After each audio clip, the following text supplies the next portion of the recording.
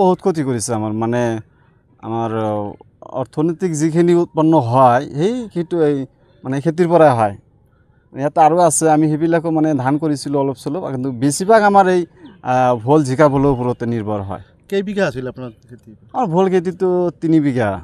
3 বিঘা আছে আৰু সিফালেও আছে অলপ, মানে আছে 3 বিঘা, 3 বেছি হ'ব আৰু 3 বিঘা গোটেই বিনষ্ট হৈ গ'ল।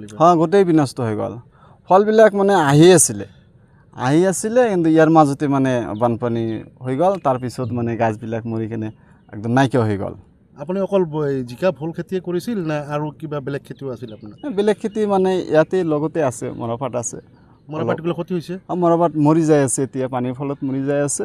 সেইবিলাক যিবিলাক মৰি যায় আছে সেইবিলাকতো কামত নাহে, মানে সেইবিলাক মৰাপাটৰ পাত উৎপন্ন নহয়, লাগি যাব। হয়, আমাৰ এই অঞ্চলত যিমানেই আছে মানে ভোল খেতি কৰিছে বা মৰাপাট কৰিছে, মানে চবেই কিছু না কিছু ক্ষতিগ্ৰস্ত হৈছে। যিমান বেছি আছে তাৰ বেছি হৈছে, তাৰ কম আছে তাৰ কম হৈছে, এনেকুৱা অৱস্থা।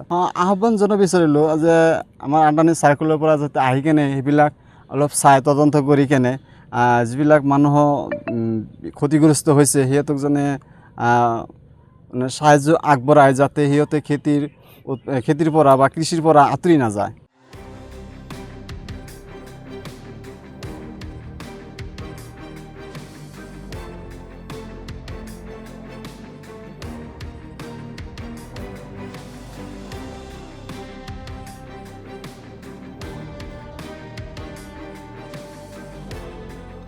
বহুত ক্ষতি কৰিছে মানে আমাৰ অৰ্থনৈতিক যিখিনি উৎপন্ন হয় সেইটো মানে খেতিৰ পৰাই হয়।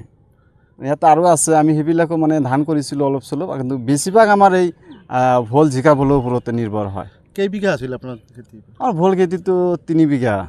3 বিঘা আছে আৰু সিফালেও আছে অলপ, মানে আছে 3 বিঘা, 3 বেছি হ'ব আৰু 3 বিঘা গোটেই বিনষ্ট হৈ গ'ল। গোটেই বিনষ্ট হৈ গ'ল। ফলবিলাক মানে আহি আছিলে, কিন্তু ইয়াৰ মাজতে মানে বানপানী হৈ গ'ল। তাৰপিছত মানে গাছবিলাক মৰি কেনে একদম নাইকিয়া হৈ গ'ল। আপুনি অকল জিকা ভোল খেতিয়ে কৰিছিল না আৰু কিবা বেলেগ খেতিও আছিল আপোনাৰ? বেলেগ খেতি মানে ইয়াতে লগতে আছে, মৰাপাট আছে। মৰাপাটবিলাক ক্ষতি হৈছে? মৰাপাট মৰি যাই আছে, এতিয়া পানীৰ ফলত মৰি যাই আছে। যিবিলাক মৰি যায় আছে সেইবিলাকতো কামত নাহে, মানে সেইবিলাক মৰাপাটৰ পাত উৎপন্ন নহয়, লাগি যাব। হয়, আমাৰ এই অঞ্চলত যিমানেই আছে মানে ভোল খেতি কৰিছে বা মৰাপাট কৰিছে, মানে চবেই কিছু না কিছু ক্ষতিগ্ৰস্ত হৈছে। যিমান বেছি আছে তাৰ বেছি হৈছে, তাৰ কম আছে তাৰ কম হৈছে, এনেকুৱা অৱস্থা। আহ্বান জনাব বিচাৰিলোঁ যে আমাৰ আদানী চাৰ্কুলৰ পৰা যাতে আহি কেনে সেইবিলাক অলপ চাই তদন্ত কৰি কেনে যিবিলাক মানুহ ক্ষতিগ্ৰস্ত হৈছে সিহঁতক যেনে মানে সাহায্য আগবঢ়ায়, যাতে সিহঁতে খেতিৰ পৰা বা কৃষিৰ পৰা আঁতৰি নাযায়।